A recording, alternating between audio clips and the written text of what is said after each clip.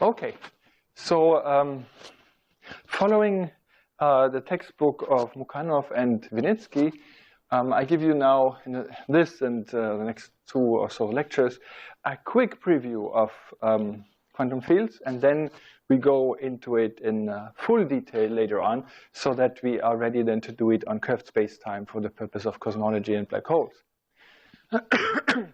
Okay, so a quick thing about quantum fields, a taste of quantum fields. Let me start with the intuition. This is a picture of the surface of a lake, and it's just regular waves. We are used to thinking of waves as a phenomenon described by partial differential equations, and there's a certain mindset that we have when thinking about waves. I'd like to tweak that mindset a little bit and give you a particular perspective on what wave phenomena are that will be particularly useful for quantum field theory. Let us take such a water surface and imagine you probe what the waves are doing at one point. Okay, and we can do that by putting a piece of cork, for example, into the water there.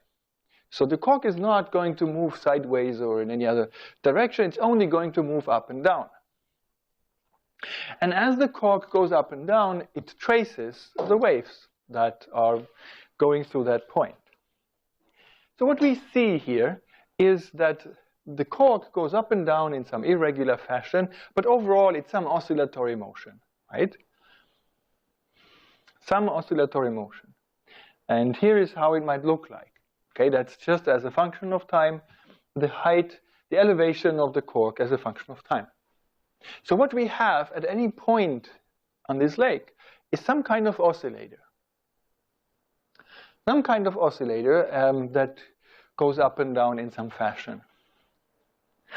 We can place several corks into that lake. Let's say one here, one there, one there, one there. Let's say 4 of them.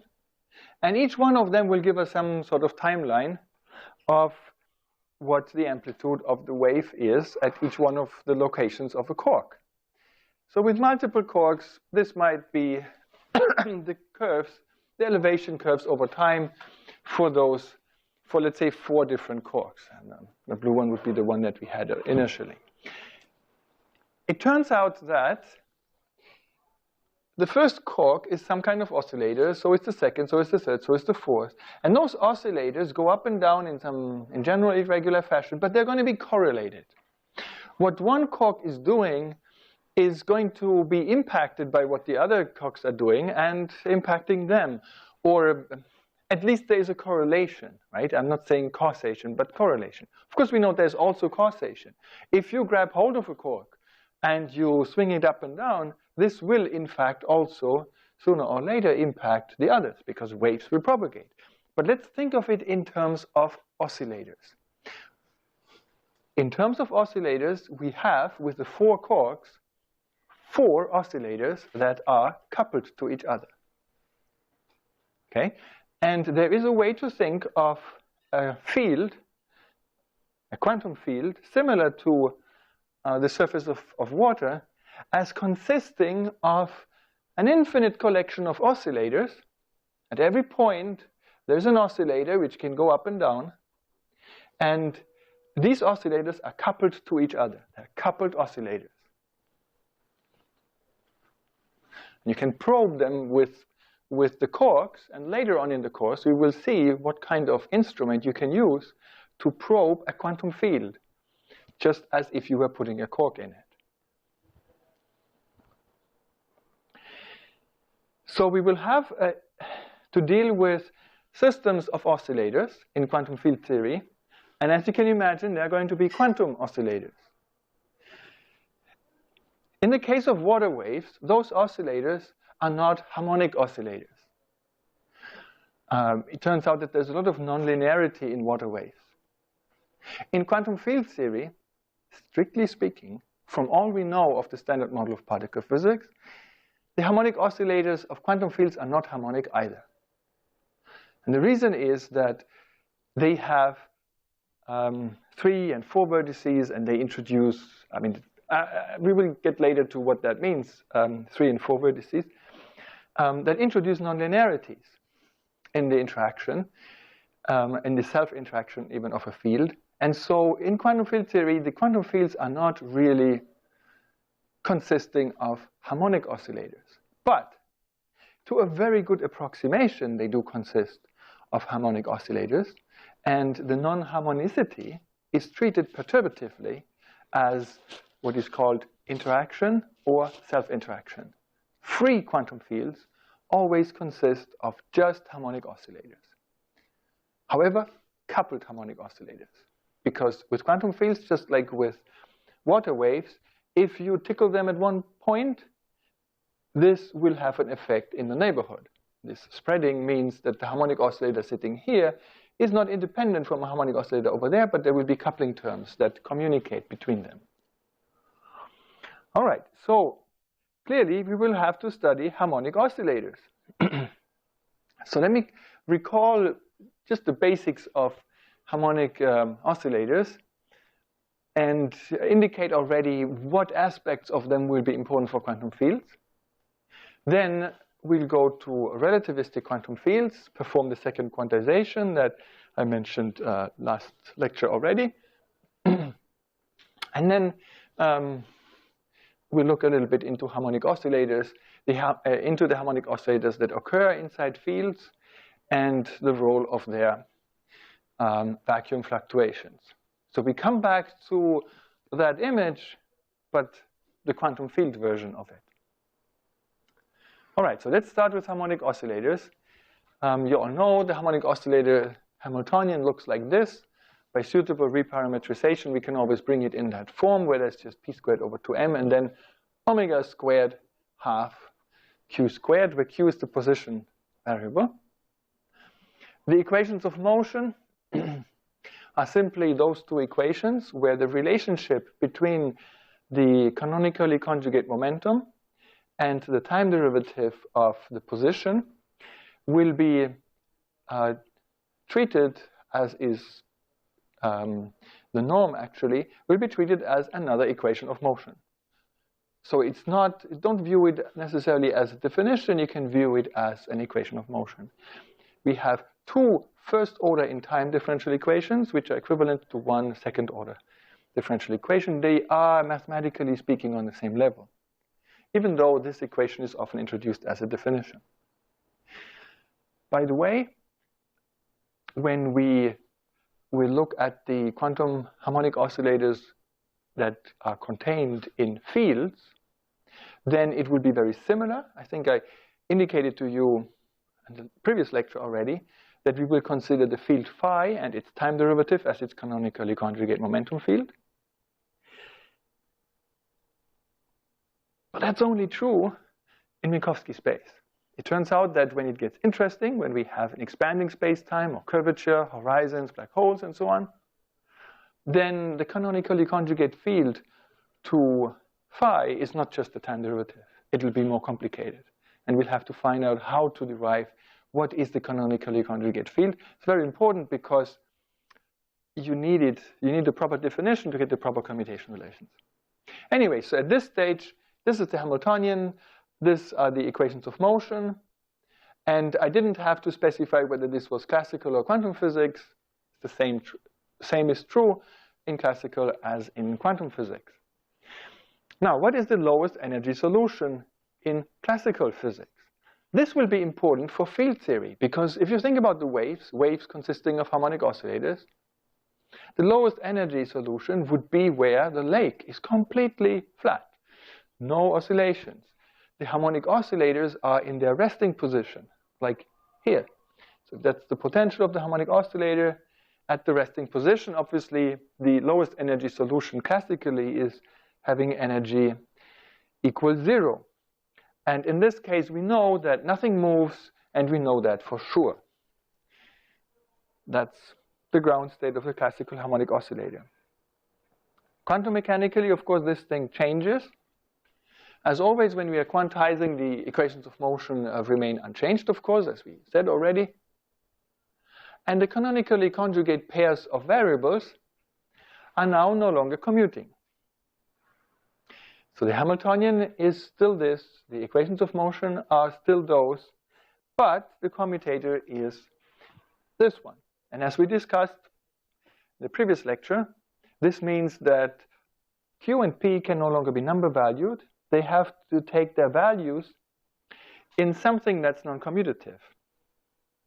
Now, in mathematics, you can cook up a lot of objects that are not commuting with each other. For example, geometric operations, matrices, operators, and so on. And there is a theorem, the Stone-von-Neumann theorem, that says that these commutation relations have a essentially unique representation on a Hilbert space, and all other, seemingly other representations are actually unitarily equivalent to each other. They differ only by a change of basis in the Hilbert space. So we will find that the Q's, so you have found already in previous courses, the Q and the P of T as functions of time that are operator valued. And so it is with all of the observables, with H and all the operators that occur, of course. Now, what is the lowest energy solution in this case? In the quantum case, the lowest energy state, let's call it psi naught, is an eigenstate to the Hamiltonian, and the eigenvalue is 1/2 h bar omega. Which means that the energy is elevated from what it was classically, where it was 0. If you're sitting at the bottom of the potential, the energy is 0, but now it's elevated. How come? Let's look at this a little bit more closely, because for quantum fields, again, this is going to be important. The harmonic oscillators in the quantum fields are going to have some ground state energy too. And each one of those oscillators is going to contribute an amount which takes that form. Technically, all of those ground state energies will actually add up to infinity. So it's a real problem, and therefore let's get to that carefully. Okay, so why is it that the lowest energy state of the quantum harmonic oscillator is not 0? This will be important for understanding vacuum energy and its role in cosmology later on. Okay, so let us consider, in order to get a hold of the lowest energy eigenstate, let us consider the eigenbasis of the position operator. So the Q vectors are improper eigenvectors of the position operator. I'm calling them improper because they're not really in the Hilbert space, because they're not square integrable. They obey this eigenvector equation, and we continuum normalize them in this way, of course. Then the overlap between the ground state of the harmonic oscillator and the position eigenvectors gives us the position wave function of the ground state of the harmonic oscillator. And I hope you're all completely familiar with this. If not, let me know, and I can give you some lecture notes of a quantum mechanics course that I taught. So remember, the overall structure is that if you have a state of a quantum theory, if you have a state of a quantum theory and you want to know its wave function, then you calculate the overlap between the state in question and all of the basis vectors of the representation that you're interested in this case the position representation, and these complex numbers form the wave function. That is a completely general statement.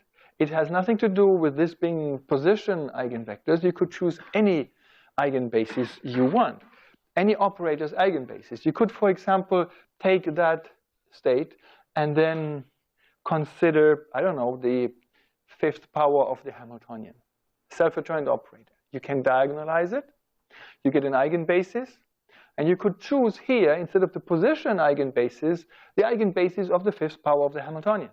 Or let's say angular momentum or whatever, right? You take an eigenbasis of any self-adjoint operator, and then you get these overlap coefficients. They form then the wave function of that abstract state for that particular representation. So if you take the fifth power of the Hamiltonian, then the wave function that you get is the fifth power Hamiltonian eigenbasis wave function. Okay, so the relationship between wave functions here and states over there is that you take the overlap with the eigenbasis of some operator. Later on, when we will do a similar thing for quantum field theory, it's the same logic, but way more abstract. It's harder to understand, as you will find out then. So I hope this is completely clear. Then from the usual treatment of quantum harmonic oscillators, you probably remember that this is how this wave function looks like. The wave function of the lowest energy eigenstate of the harmonic oscillator. It looks like this. It has a Gaussian behavior. It goes down like e to the power minus q squared. That's just the normalization of it. And the point is, it's a Gaussian. The higher the frequency of the harmonic oscillator, the narrower is the Gaussian. Because the larger the omega is, the more quickly will this exponential decay. So keep in mind, the higher the frequency, the narrower is the Gaussian. That plays a huge role when it comes to renormalization in quantum field theory, quantum fluctuations. Everything is affected by that. So here's a sketch of the wave function of the ground state of the harmonic oscillator. Again, the higher the frequency of the harmonic oscillator, the more peaked is this Gaussian, which means the more likely is it to find the position to be close to zero. So the larger the frequency of the harmonic oscillator is, the smaller is going to be the likely elongation of the harmonic oscillator if we measure its position. Whereas if the frequency is very low, then you get a broader Gaussian there, and so you have a larger probability of finding the elongation a little bit further out. But still, overall, it's Gaussian cutoff. I mean, it goes down very quickly, faster than exponentially, because it goes quadratically there. Now, let's reconsider what has happened to the resting position of the harmonic oscillator. Classically, the resting position was the oscillator is at zero and stays there, and we know that for sure. For fields, it means that if the lake is completely quiet and there's no wave on it, then that's it. There's no oscillation going on, and it's just at its lowest energy, and that is it for the lake. But in the lowest energy state of a quantum harmonic oscillator, things are different. The expectation value of the position is still zero, right? If you calculate the expectation value of this, well, there's as much on the right as there is on the left. So the expectation value of the position is zero, but there are quantum fluctuations. The variance is not zero. The variance is given by this. So if this is the potential, here is the Gaussian. And so what we see is that the probability distribution for where the particle is likely to be found is spread out. And now we get an intuition for why the ground state energy is elevated above zero. It's basically because the particle explores not just the classical resting position, but the particle is actually exploring, is virtually, with a significant probability, also quite some distance to the left, quite some distance to the right, because the Gaussian is flat up here, right? So it actually gives a finite probability, an appreciable probability for finding the particle elsewhere, not at x equals 0. But elsewhere, there is potential. In other words, the particle is fluctuating up and down the potential, and therefore it's picking up that the potential is not zero out there, and that is the contribution of the 1/2 h bar omega. You see, it's completely intuitive and foundational that there ought to be an elevation of the energy level because of that. All the more, it is fascinating that in the case of quantum fields, as we will see later, that intuition seems to fail. In quantum field theory, we would derive the same thing. We would come to the conclusion that the vacuum energy ought to be elevated. In fact, it ought to be tremendously elevated, because there are so many harmonic oscillators involved. But experimentally, we can measure that energy because it contributes to the Einstein equation. There seems to be such a ground state energy, but it's 120 orders of magnitude smaller than we would expect from just adding up the ground state energies of those harmonic oscillators. Huge mystery. We will get to that in more detail later on. For now, let's just say straightforwardly, ordinary quantum harmonic oscillators have an elevated ground state energy for obvious reasons. At least seemingly obvious reasons.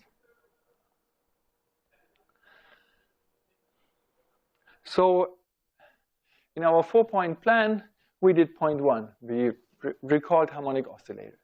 Now let's get into relativistic fields. Our task is to make the Schrödinger equation relativistically covariant. So here's the Schrödinger equation. And it contains here the Laplacian. This triangle stands for the sum from I equal 1 to 3, sum over the second derivatives. For now, it does. Later on, when we deal with quantum field theory and curved space-time, the Laplacian will be a more general expression. But for now, on flat space, that's what it is. As we discussed briefly in the previous lecture, there are 2 ways to make that covariant. Based on the observation that we have only 1 time derivative and 2 space derivatives here, we can either try to drop a derivative here and turn this into an equation that's first order not only in time derivatives but also in space derivatives. If you do that, you will need something covariant to contract with this first derivative vector, right? There's a vector of d by dt, d by dx1, d by dx2, d by dx3. That vector needs to be contracted with something in order to give you a nice scalar equation. And there is no such vector in special relativity, so Dirac made one up. And that's the vector of the gamma 0, gamma 1, gamma 2, gamma 3 matrix. Matrices, and they can be contracted with that, and you end up with a Dirac equation if you do this.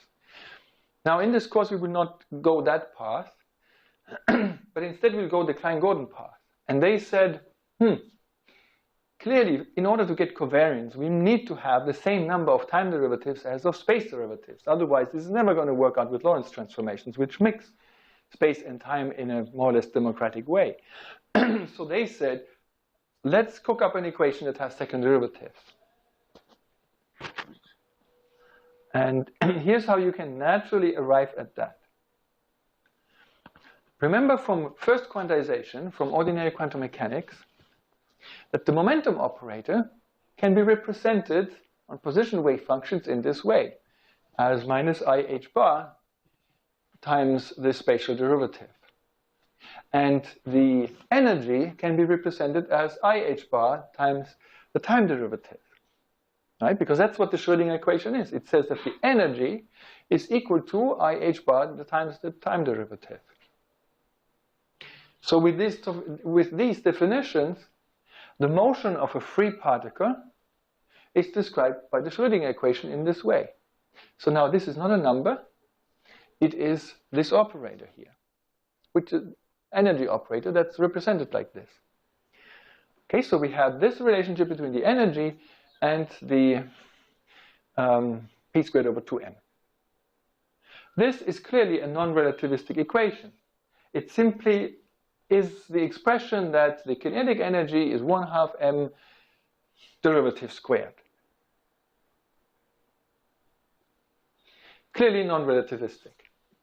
Special relativity has also an equation of that kind, but it has second powers in the energy as well. It has a second power in the energy as well. The special relativistic generalization of that equation, of the kinetic energy equation, is this one. Right? Special relativity says that energy squared minus momentum squared is equal to mass squared, up to factors of c squared to get the units right. Right? It says that the length of the 4 momentum vector is given by m squared. The length squared of the 4 momentum vector is given by m squared. That is the special relativistic equation. That is the one that is covariant under Lorentz transformations. And the succinct way of writing this is to say that p mu, and we are summing over mu, of course, because it's a twice occurring index, p mu is m squared c to the 4th. Okay, so this is what we have from the Schrödinger equation, but that is what special relativity seems to demand, said Klein and Gordon. So they said, well, we learned from quantum mechanics that we should represent the p this way and the e that way. Can do.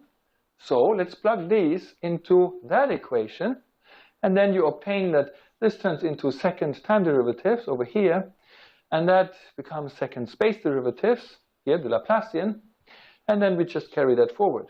So they said, bang, here you have it. Relativistic quantum mechanics. That is the Klein-Gordon equation. And it is usually written in this way. So we said that we measure velocities in multiples of the speed of light. Therefore, c is equal to 1. And then this equation becomes that equation. We also measure actions in multiples of the Planck constant, so h bar is then also equal to 1.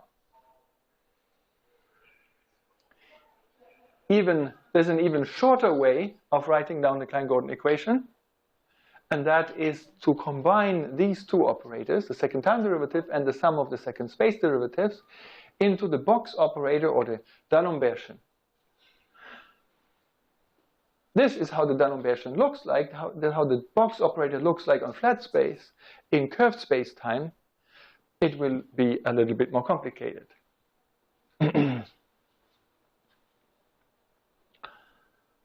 And we will have to find out how to derive what it is. Now let's check that the non-relativistic limit is okay. So let us see in which sense the Klein-Gordon equation reduces to the Schrödinger equation for small momenta. That should work out. It's not trivial though. So let's say that the Klein-Gordon equation holds. So let's say that that equation holds. Instead of writing it in terms of the operators, written as differential operators, I'm writing them more abstractly. Just like in quantum mechanics, you can write the p not necessarily as a space derivative. There are other representations of the momentum operator and so on. So this is representation independently. So in that representation independent way of writing the Klein-Gordon equation, we now take the square root of it, and then we obtain that E is plus or minus of this. You see there's already a bit of a problem because it's not unique. If we take the square root of it, we get a positive and we get a negative square root. So we seem to be on the right track because if you remember, the Schrödinger equation takes this form. E equal to p squared over 2m. So E equal to something. That is the Schrödinger equation. The Klein-Gordon equation looks like this with the E squared. So by taking the square root, we were making a step towards the Schrödinger equation. But we run into an ambiguity, right? So we took the Klein-Gordon equation, multiplied with c squared, and then took the square root of it, the left-hand side and of the right-hand side. Then we get E equal to something, but it's not quite the Schrödinger right-hand side, and there's a plus and a minus. It turns out that the plus will correspond to particles and the minus to antiparticles. Plus corresponds to positive energies, and minus to particles with negative energies. So we choose, because we want to describe the Schrödinger equation situation with particles that have positive energies, we choose the positive sign here, and well knowing that we are now throwing away half of the solutions. One moment, please. And so that's what we get. Yep. So P here is an operator on Hilbert space, right? It depends. Remember that the momentum operator in the position representation is a derivative operator. The momentum operator in the momentum representation is just a multiplication operator. The momentum operator in the Fock representation is a complicated matrix. So I was thinking of it as representation independently. If you do want to make sense of it explicitly, you might want to go into the eigenbasis of the operator, where you can then take a square root by taking the square root of the eigenvalue. Okay, okay. But that's not the only square root you could have. Yes, it's not unique. Yeah, it could have many other square roots. Yeah, that's right. Yes, that's right. Yes, because it's an operator, that's right. So, we have this equation now, which is not quite the equation of the Schrödinger equation. Let us do a Taylor expansion for small values of p squared, for small momenta, therefore small velocities, or in other words, for large relative speeds of light. In this case, when we do a Taylor expansion, we get, you see, the lowest order term is just this, square root of m squared c to the fourth. That's mc squared, and you recognize that business, right? Equal mc squared. And then you get extra terms. You get this term and higher order terms. And it turns out that the leading order term after the mc squared, which is the rest mass of a particle, is just the p squared over 2m, and then there are higher order terms. So, by the way, we have now just rederived E equal mc squared, and we rederived that the first order contribution to the kinetic energy is quadratic in p. But we now also know how to get the higher order relativistic corrections. For example, there's another term now with p to the fourth in principle that you may want to take into account. All right, so what we find is indeed the equation of the Schrödinger equation, except there's an extra mc squared. So for small momenta, the Klein-Gordon equation becomes the Schrödinger equation in a somewhat vague sense, because we did it for operators and treated it as if it was for numbers. And the only difference is that we get this equation which has the mc squared in it. So our Schrödinger equation, we just derived as a special case, as a limiting case of small momenta from the Klein-Gordon equation, is this one. And there's this extra term mc squared. So the Hamiltonian of a free particle is then not simply p squared over 2m, but also p squared over 2m plus mc squared, where this is just adding to the energy of the particle. And that's multiplying with the identity operator here. Yeah, I mean, I'm writing it as if it was a number here. But of course, when we're dealing with operators, then whenever we write just a number, what we really mean is a number times the identity operator. It turns out that in quantum mechanics, this term doesn't matter. And that's because the equations of motion look like this. The time derivative of any operator is given by the commutator of that operator, or observable, with the Hamiltonian, and if you add a constant to it, a constant times the identity operator, well, it doesn't show up in the commutator, because any number times the identity operator commutes with our observable. Therefore, the equations of motion are completely unaffected by the addition of something that multiplies the identity operator. So it doesn't matter in quantum mechanics if you shift the overall energy of your system by any amount you want, if it's constant. That's not the case in general relativity, as you will see, because energy can't help but gravitate. So in principle, there ought to be a contribution from the mc squared term as well. And there for sure is. Now, a few remarks are in order. First of all, the negative energy solutions that we dropped in this derivation spoil the interpretation of the field psi of x and t as a wave function.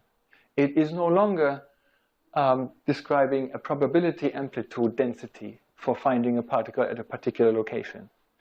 Not for lack of trying. People have tried very hard to obtain an interpretation of relativistic quantum mechanics in the same way that the Schrödinger wave function has a clean interpretation in the sense of the probability amplitude squared being the probability density for finding a particle at that location.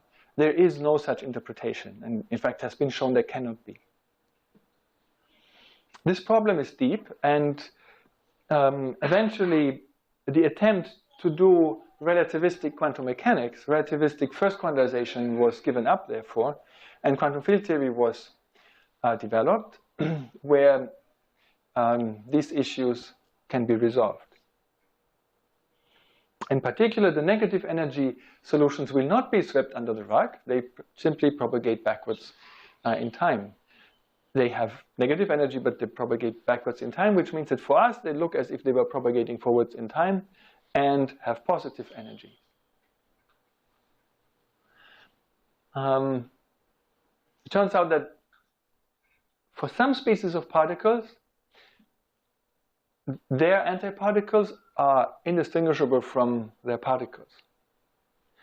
So for example, the photon is its own antiparticle, and also, as it turns out, for the Klein-Gordon field, the quanta of the Klein-Gordon field are also their own antiparticles of the neutral Klein-Gordon field, the real valued or self-adjoint operator valued Klein-Gordon field.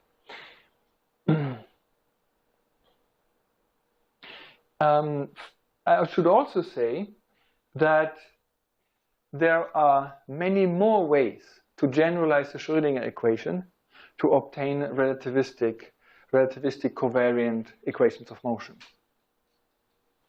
For example, there must be a way to generalize it to obtain an equation of motion for photons. Of course, that's going to be the Maxwell equations. You don't even have to do anything to them. In principle, they still hold the same way that Maxwell wrote them down, just for operator-valued fields then. There is a difficulty arising because it's a gauge theory, but in principle, the same equations of motion still hold. And there are yet other species of particles. At the time,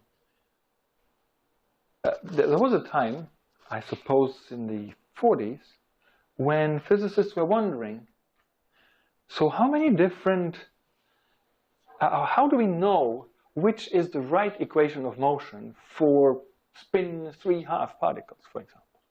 Maybe there are a huge kinds of different equations of motion that could do it. Or spin 5/2 particles. There are no fundamental spin 5/2 particles, but there are composite particles that have spin 5/2. So the issue comes up. Now it turns out that Wigner figured it out, and he did a complete classification of the spins and other external quantum numbers that particles can have, such as mass and helicity, and the wave equations that go along with that.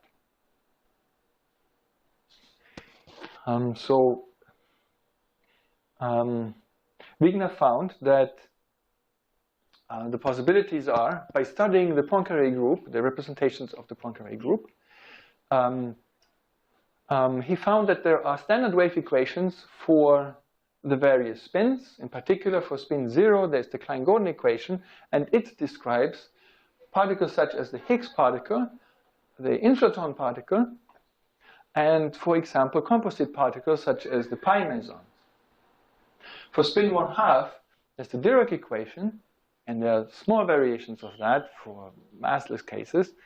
For example, to describe neutrinos, electrons, quarks, but also composite particles such as protons and neutrons. And then there are the Maxwell equations for spin 1 that describes photons and gluons. Gluons obey something like the Maxwell equations, but a little bit more complicated because they have an extra index for isospin, and that modifies the equations of motion such that there's a nonlinearity. Photons can't directly interact with each other, but gluons can. They see each other. They are charged. We can also look at higher spins. Higher spin particles do not occur as fundamental particles as far as we know. I mean, not higher spin than spin 1. And that is plausible. There is a nice reason for why nature may have confined itself to using only spin 0, spin 1/2, and spin 1 particles. And the reason is that from all we know, higher spin theories can be formulated but not renormalized. It seems that in 3+1 dimensions, this is the cutoff. In lower dimensions, you could quantize higher spin. In higher dimensions than 3+1, you could only quantize lower spin. It seems that in 3+1 dimensions, that's the threshold. So it's all very plausible.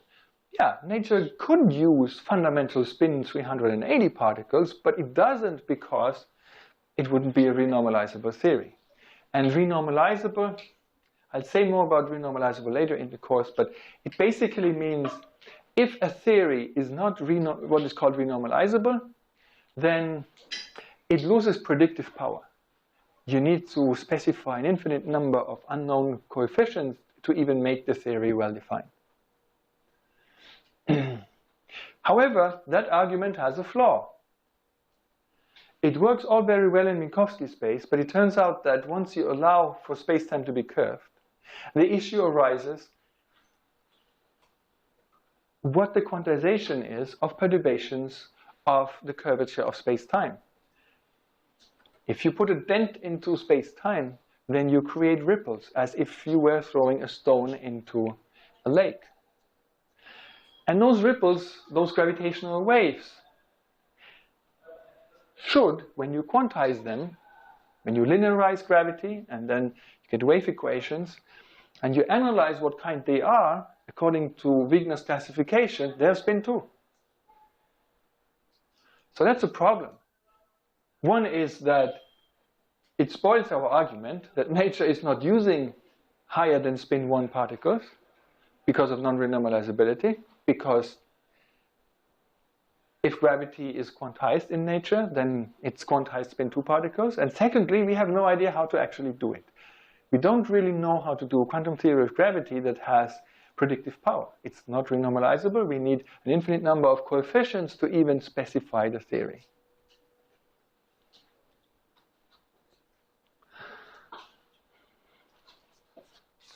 All right, so now we talked about the Klein-Gordon equation as if it were a relativistic version of the Schrödinger equation.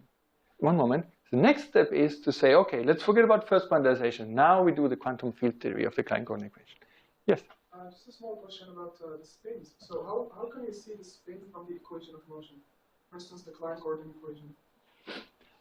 Well, you have to go into the representation theory of the Poincare group.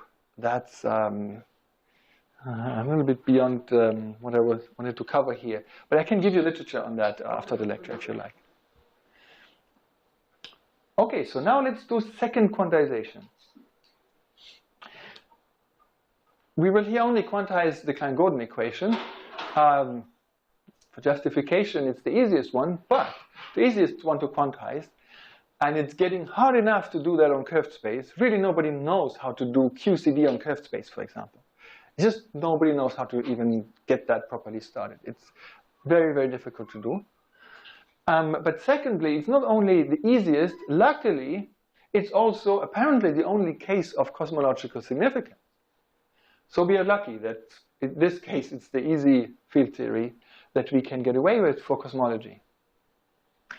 It seems that a Klein-Gordon field was responsible for all the action in the very early universe, namely the inflaton field. From now on, we will switch from the notation of psi, which originated in the Schrödinger notation, which was from the Schrödinger equation, to a notation of phi for the field. So the psi was Schrödinger wave function. Now the phi is a field. And that's to indicate that we are switching fully into second quantization mode. And we no longer want to interpret this now in terms of the modular square being a probability density for finding a particle there. That's not what it is. The degrees of freedom are those of a field. And what a particle is, we will have to find out afresh. In non-relativistic quantum mechanics, it was easy. You just took the modulus squared of psi and you get the probability density for finding the particle there. For a quantum field phi, that interpretation is completely spoiled, and we will have to come up with a new mechanism to extract particle information from a quantum field. It's not as easy as just taking the modulus squared. It's a much more complicated process. And there are two ways to do it, and we will cover both ways. Anyway, so this thing will be called a field and not a wave function. So we have a field, phi of x and t, that obeys the Klein-Gordon equation. And then we also consider its canonically conjugate field pi, which in Minkowski space-time can be taken to be simply the time derivative of phi. Just like in ordinary first quantization, where if x is the degree of freedom, then p is x dot, or q dot. So now the Klein-Gordon equation can be rewritten in this form. So it's now phi double dot minus Laplacian phi plus m squared equal to 0. This is phi double dot because pi is phi dot. And the point of putting the pi in there instead of the phi dot is, of course, that we will later want to use canonical commutation relations between phi and pi. So we replace occurrences of phi dot by pi. Okay, so that wasn't very difficult to replace the old way of writing the Klein-Gordon equation by this new way of writing it using the canonically conjugate momentum. Another thing that is worth pointing out about the Klein-Gordon equation is that it does not couple the real part of the field phi to the complex part of the field phi, to the imaginary part of the field phi. Unlike the Schrödinger equation. The Schrödinger equation couples the real part to the imaginary part. In fact, there's explicitly an I in the Schrödinger equation. Right? So it turns what used to be real into imaginary, couples them. The Klein-Gordon equation doesn't do that.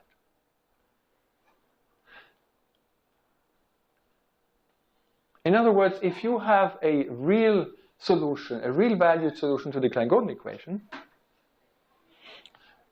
you can multiply it with I, and it's still a solution to the Klein-Gordon equation. And you can also take two real valued solutions of the Klein-Gordon equation and multiply each one with a complex number, add them up, and there again a solution to the Klein-Gordon equation. So it's a linear differential equation because the phi occurs only in its first power. And therefore you have additivity of solutions. The solutions form a vector space. In fact, we will later find how we can give this vector space an inner product as well, the space of solutions. This will be very important for quantization. Well, and it doesn't care about mixing the real and the imaginary parts. This is convenient for us because it means we can restrict attention to real valued Klein-Gordon fields, and then we can get everything about complex valued Klein-Gordon fields simply by linear combination. It turns out that real valued Klein-Gordon fields, when quantized, will describe neutral particles, whereas complex valued Klein-Gordon fields, when quantized, will describe charged Klein-Gordon fields. Or let me put it the other way. If you work with electromagnetism, therefore the Maxwell equations, plus the Klein-Gordon equation, in order to describe electrons, so if you use the Maxwell equations to describe photons, and you describe charged particles, such as, let's say, pions, using the Klein-Gordon equation, then you need to use the complex Klein-Gordon equation to describe those charged scalar particles. We will later see why that is. But for now, let's just keep in mind that if we're just studying the Klein-Gordon equation, it is sufficient to consider its real-valued solutions because complex valued ones are just linear combinations of real-valued ones, complex linear combinations of them. Now, how do we go from first quantization to second quantization? Well, the Klein-Gordon equation is still to hold true because the general rule applies that in the Heisenberg picture, the equations of motion don't change from classical to quantum. So the Klein-Gordon equation should still hold even when the field is then operator valued. So now our field amplitudes are operator valued. It's as if, coming back to this picture of the lake at the beginning, the cork's height, right, that is measured by phi, and that becomes quantum now. Right? So at every point x of the lake, there is an amplitude, there's a height to be measured, that's our phi, and that's quantum now. It's an operator now. So what makes our Klein-Gordon theory now a second quantized theory is that we impose canonical commutation relations between the field and its canonically conjugate momentum field. And they are equal time commutation relations which say that the pi at the location x prime equal to x is the canonically conjugate momentum to phi, and the pi at locations x prime that are not equal to x, that pi is not related to that phi. They don't want to know anything about each other. And you can see that from the right-hand side, only when x is equal to x prime, you get that this Dirac delta is having a peak, and otherwise the phi and the pi simply commute. The phi and the pi at different locations simply commute. The phi's, just like the positions in quantum mechanics, also commute always, and so do the pi. So let's just compare that with ordinary quantum mechanics, first quantization. There we have the canonical commutation relations between the q's and the p's, and let's say we have several different q's. For example, for different particles, or it's the three components of one particle. Then only when we're dealing with exactly the same degree of freedom do we have a non-zero commutator. And whenever it's not exactly the same degree of freedom, for example, it could be the same particle but a different coordinate, then they're commuting. Or it could be different particles. And the position operators are always commuting, and so are the momentum operators. Similar here. And you see, even though it's a completely different circumstance, the math is completely in analogy. Here, the q's are different degrees of freedom. Never mind that there are position degrees of freedom in first quantization. Let's just say there are some degrees of freedom, meaning something that can change over time. The q's are something that can change over time, and they are labeled by A. For every different A, you get a different degree of freedom, right? And here, it's for the phi, and they are labeled by X. At every position X, we have one of those corks that bobs up and down in the water. So for every X, we have a field amplitude phi that bobs up and down. That's the degree of freedom, and it has a canonically conjugate momentum degree of freedom. that is, for every location in the lake, there is another momentum of that that's canonically conjugate to the amplitude at x. Okay, so just like this A is labeling degrees of freedom, is counting through the degrees of freedom, here the x is labeling the degrees of freedom. So no wonder that the degrees of freedom at different locations are commuting with each other. They don't see each other, they're completely independent of another. Let me ask you this. What if I chose t, those two t's not at equal time? What if this t is a later time than that t? Do we still have that they commute? What would you guess? Was it necessary to require here equal time? Any guesses? Depends on whether they're correlated. In general. So the thing is, it is important. You see, if t is a much later time than, if this t is a much later time than that, then they are not independent. And as you said, then they are correlated, right? You can imagine it this way. Imagine you have the lake, and there are two quarks. And you are looking at what one quark is doing, and then you're looking at what the other quark is doing much later. And clearly, what the one quark did can give you some indication for what the other quark will do later on, if it's sufficiently late, if the waves had enough time to actually propagate to the second quark. In other words, if these two events are time-like to each other, if this is in the future light cone of that event, then in general they don't commute. And if, however, this event is still space-like to that one, you see at equal time but different space, two events must always be space-like to each other. They cannot influence each other.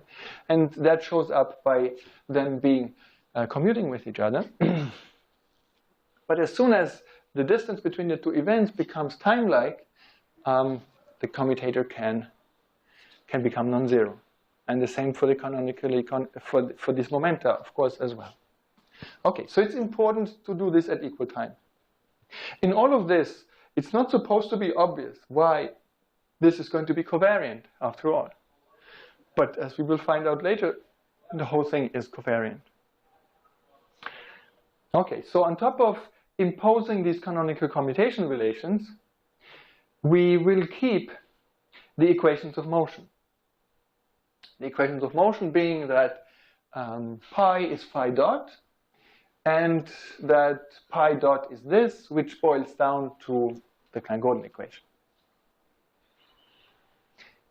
There's one more thing that we have to keep track of, a third thing. I mean, the first thing was impose commutation relations.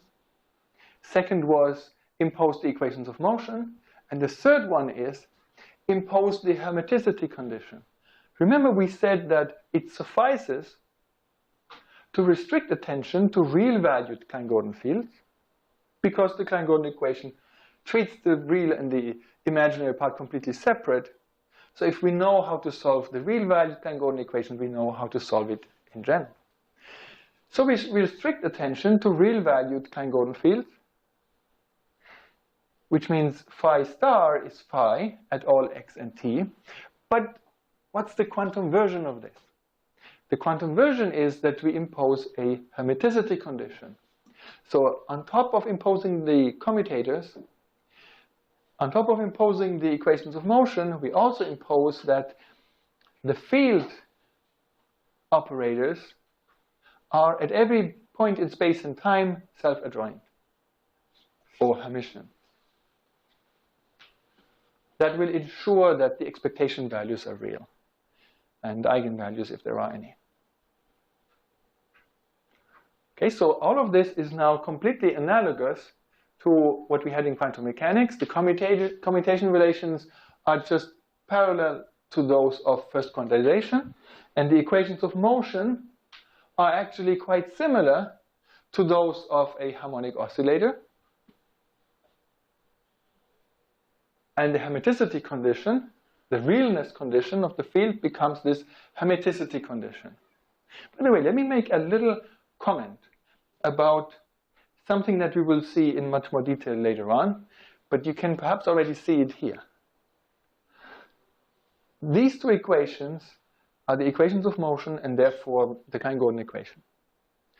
They correspond, they're analogous to these two equations of the Schrödinger quantum mechanics, non-relativistic quantum mechanics. Q dot is P, and P dot is minus KQ. You see the similarity? It's phi dot is equal to minus something times phi. That's analogous to P dot is equal to minus and then something, let's just call it K, times Q.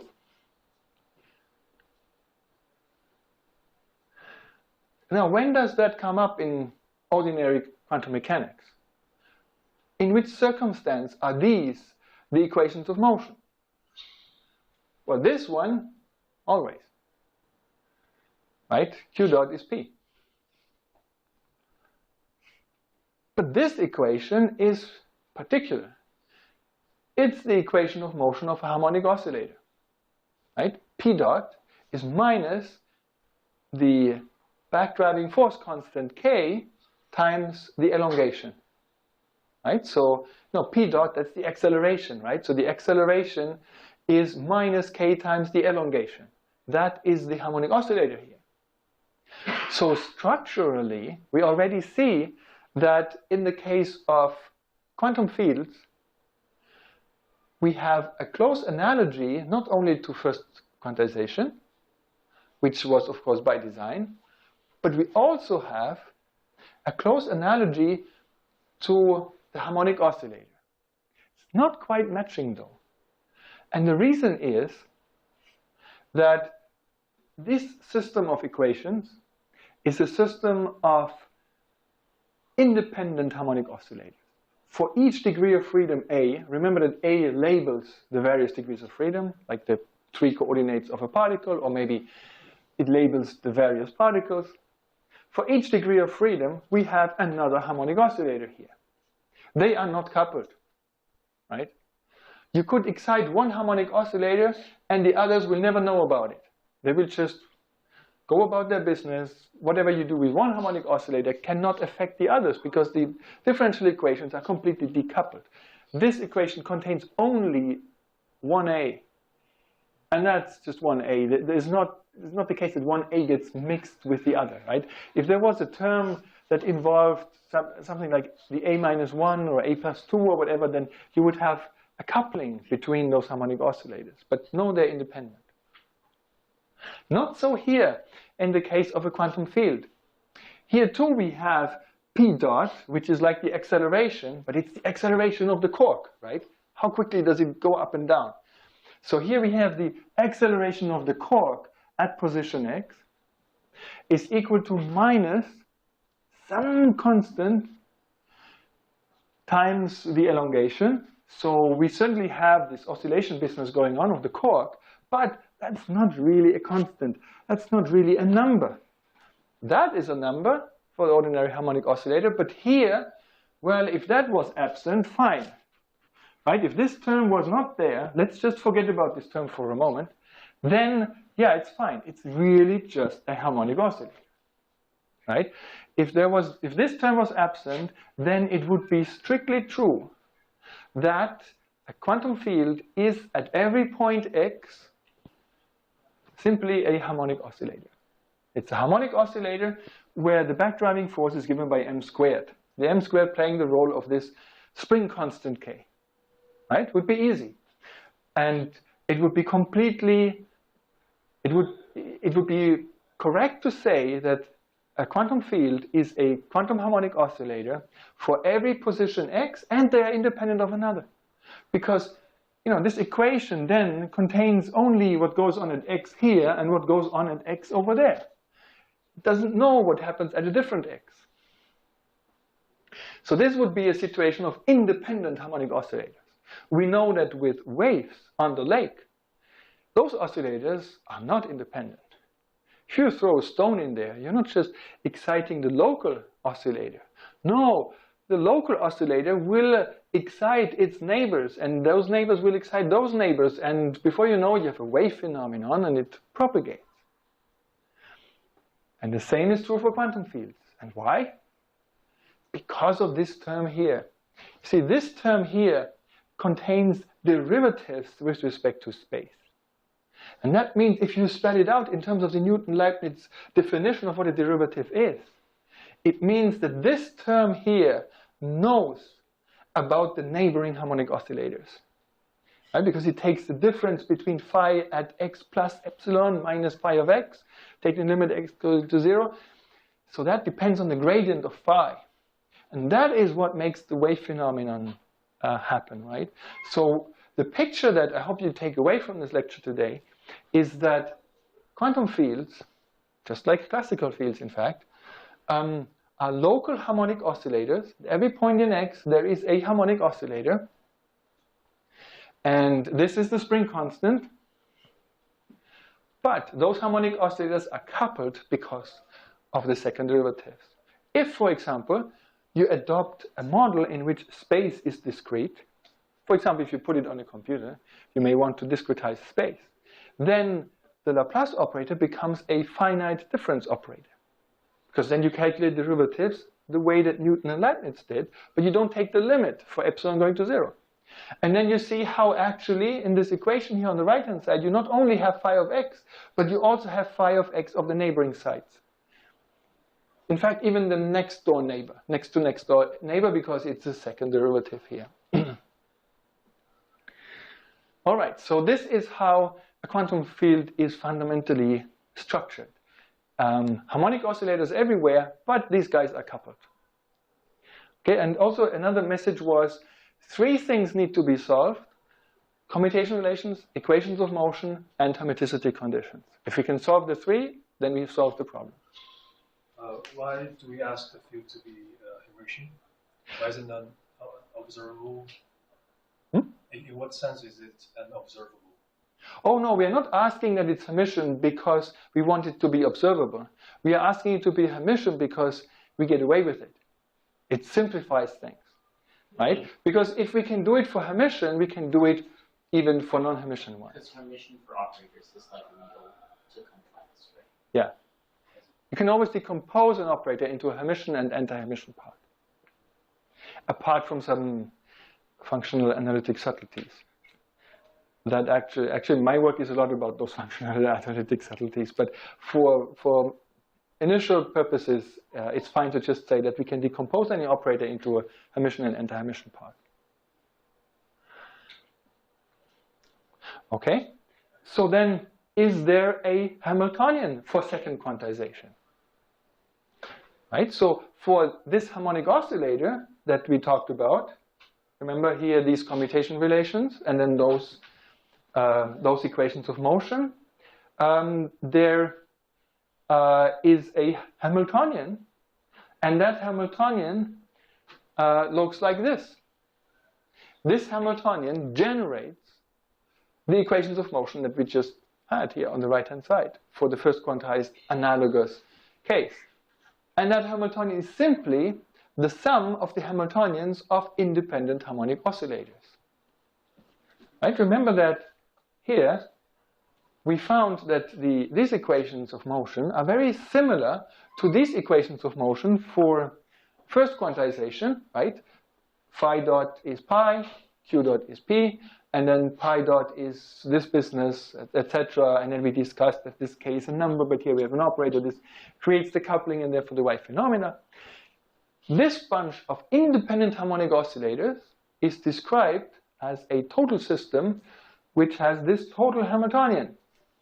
If you calculate the equations of motion for it, they are the equations of motion for a bunch of independent harmonic oscillators, where each of these harmonic oscillators is allowed to have a different frequency, like A, like Ka, right? And so omega A's. Now, is there, analogously, a Hamiltonian that we can write down in terms of phi and pi such that its equations of motion are these? So is there a Hamiltonian whose equations of motion give us the Klein-Gordon equation? And the answer is yes. Here it is. Hamiltonian is 1/2 p squared plus 1/2 phi squared with this thing in here, which would be just the spring constant if it were harmonic oscillators, right? It's the omega a squared for harmonic oscillators. But remember that the spring constant is more complicated for fields, and it turns out to be, the spring constant here. I'm sorry that I'm switching between the k and the omegas, but this spring constant here is playing the role of that. And so similarly here, for quantum fields, we have this Hamiltonian here, where that is slightly non-trivial, right? We have phi m squared phi, that's easy enough, but here we have phi and then Laplacian acting on phi. That's the Hamiltonian of the Klein-Gordon field. And what I mean by that is that the following proposition is true, namely, the proposition is that for this Hamiltonian,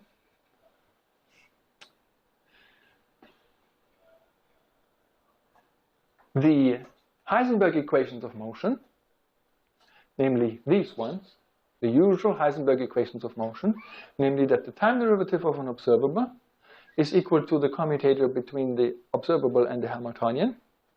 These equations of motion are the Klein-Gordon equation.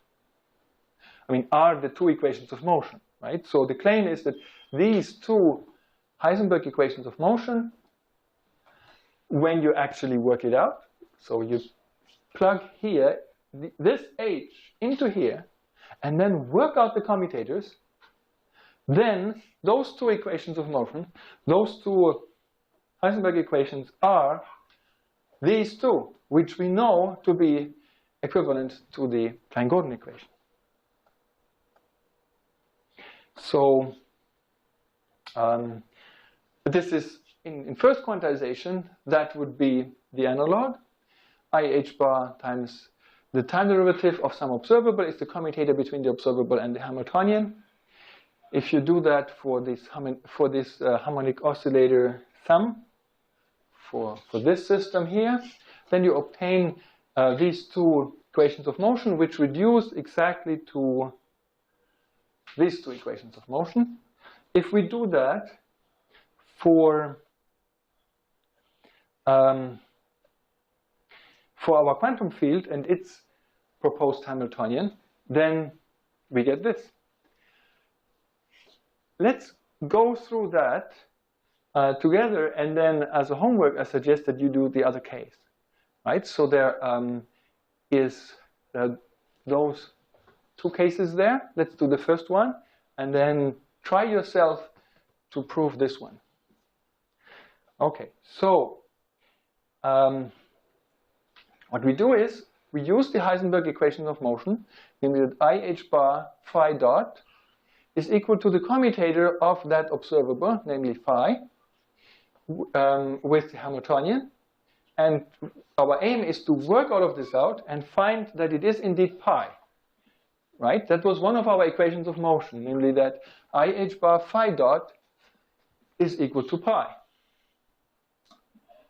And what you can do as a homework is to do this with the pi. So IH bar pi dot is equal to commutator of pi with h. And then you need to show that you get, as the right-hand side, this, right? So I'm showing you that this equation comes out. You can show that that equation comes out. So here's what we need for that. So phi dot is the commutator of phi with h, and that is just Heisenberg commutation relations. Now, we carry forward the phi, and we substitute in the h that was claimed to be the Hamiltonian for our theory. And this is the expression. You can see that I simplified it a little bit here. Okay. So the full Hamiltonian is this. Full Hamiltonian is 1/2 pi squared plus 1/2 phi something or other phi. Now you see, we need to calculate the commutator between phi and this. But you see, phi commutes with phi.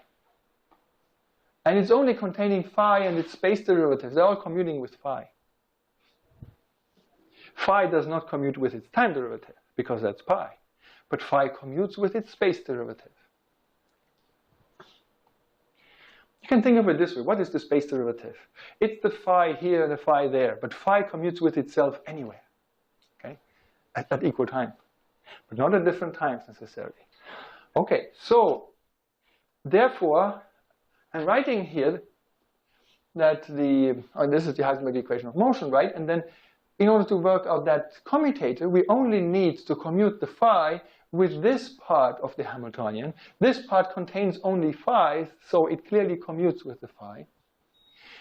So all we have to do is calculate, so we can drop that term. All we need to do is calculate the commutator between phi and pi squared. Okay, so this is then 1/2 integral, and then the commutator of phi with pi plus pi. It's the usual way that you can work out the commutator of phi with the square of an operator. If you don't believe that formula, just plug it in, and you will see that you will get just that commutator back, right? Because there are a lot of terms that will cancel out in this way. The general formula that I'm using here is that when you have the commutator of A with B squared, then you can write that as B commutator of AB plus AB commutator with B, right? Doesn't matter what the individual things are. Okay, so that's what we have. The advantage of writing it in this seemingly more complicated way is that now we have commutators occurring that we know how to evaluate.